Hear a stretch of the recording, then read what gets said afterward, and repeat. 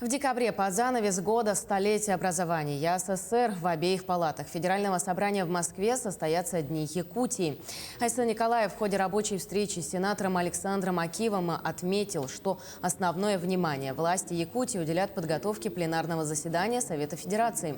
По его итогам Верхняя палата Российского парламента примет постановление о государственной поддержке социально-экономического развития республики. В проекты документа войдут актуальные вопросы, решение которых требует федеральной поддержки, в том числе строительство социальных и инфраструктурных объектов, а также мер поддержки северного завоза, которые касаются большинства территорий Дальнего Востока.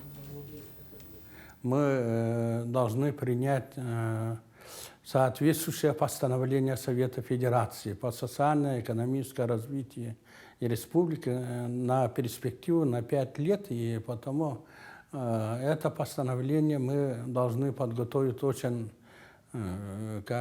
фундаментально, да, вот какие были до этого приняты, они в основном выполнены, и мы хотим, чтобы она была долгоиграющая.